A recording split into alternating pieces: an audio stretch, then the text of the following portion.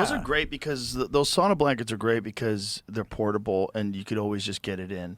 Right, But right. I really genuinely prefer a real sauna if you have one because I like to stretch out in the sauna. Sure.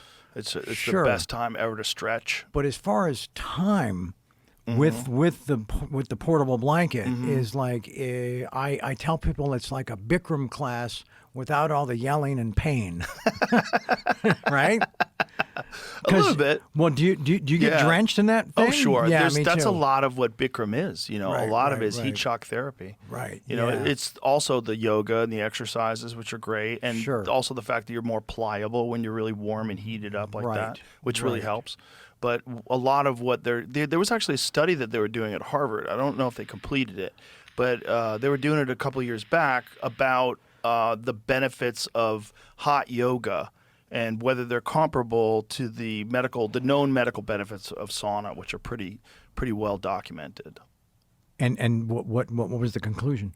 I don't know. I have to think it's got to be similar because I've been in both. You know, I've been in a lot of hot saunas and I've done a lot of hot yoga, and because of the exercise, I think you reach very similar body temperatures. Got it. And Got it. your heart rate jacks up because you're so hot, and Sure. you're you know, you could barely cool yourself off with a glass of water when they let you have a sip. Like Right. in between things, you're allowed to take a sip of water. Yeah. But it's real similar, and it's 90 minutes, you know, which is fucking brutal. Yeah. You can get through a real good Bikram hot yoga class. At the end of that, man, you're good. You're gonna have you have a different day in front of you. 100%. Yeah. No, If we all did that every day, it was like how everyone started their day. Yeah. The world would be so much more peaceful. Yeah.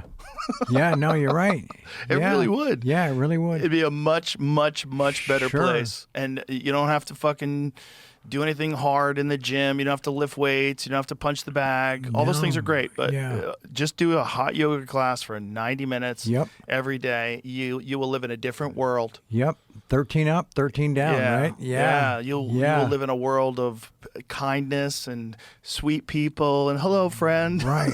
Because you've already put yourself through something that nobody else can deliver the rest of the day. Yeah. They can't deliver that kind of pain you just inflicted on yourself. And it's a constant battle to see if you can use 100% effort. Exactly. You're constantly Exactly. battling. Can I hold Yeah. this pose for 15 more seconds? Yeah. Yeah. And there's no cheat zone. Exactly. There's no, Exactly. you can't. Right, and if because you're always doing it 100% of what you can do. Right. Yeah. Yeah. No, I was going to his studio on like Rexford in the early 80s. Oh, wow. Yeah, man. We were with that original crew. Wow. Yeah. There's one thing that was really cool. Kareem was in there. Kareem Abdul-Jabbar? Yeah. Wow. And you know, a lot of the stuff with the arms above the head, he can only go about here because of the ceiling. Yeah. I would come in late sometimes and Kareem would already be in there. And so his shoes would be like next to his locker. So I would put still wearing my shoes inside his shoes just because I just had to. I mean, it's cool as fuck. It's Kareem, right? And so, but then Quincy Jones was also in there, right? And so the mirror, you could see the front desk where you check in behind you. Like you could see it, but it was behind us. We're all facing forward. And for about a 6-month period, you know, Quincy's in the little Speedos. And he's giving it his all. He'd be in the middle of like the standing bow or the frickin' head to knee or something like a triangle or something really complicated. And he'd stop. And he'd leave the class, but you'd see him going to the desk and writing shit down, fucking sweating in his Speedo, right? And he's writing shit down. He's sweating all over the paper. And he'd come back and try to, you know, resume what he was doing. And then this went on for a while, and we came to find out later, guess what he was working on? If you think about the year, if you think about like how his mind was being expanded, right? He was producing Thriller. Whoa. Yeah.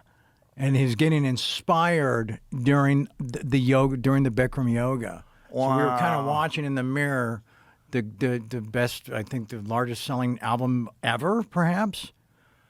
Right? Probably. Yeah. It's got to be up there. Being built behind us. Wow. Kind of a trip, right? Wow. Yeah. Wow. Yeah. That shows you how hyper dialed in he is. Yeah. Even in the middle of a yoga class, he's got to run out. He's probably thinking about it with every pose. Exactly. Yeah, or some. And just had to write it down. Had to write it down. Wow. Had to write it down. Because most yeah. people aren't allowed to leave the class. But Quincy Jones has to write some shit down for Thriller. You got to let him leave. Yeah, yeah. He gets that pass, doesn't he? Yeah. He gets the pass. Yeah. He gets the pass. All right, brother. Thank you so much. This is an absolute pleasure. Thank you. It was an honor. Thank you. Thank you for being here. Thank you. Yeah. Best of luck for you and everything. Thank you. Thank you. All right. Right Thanks. on. Bye, everybody.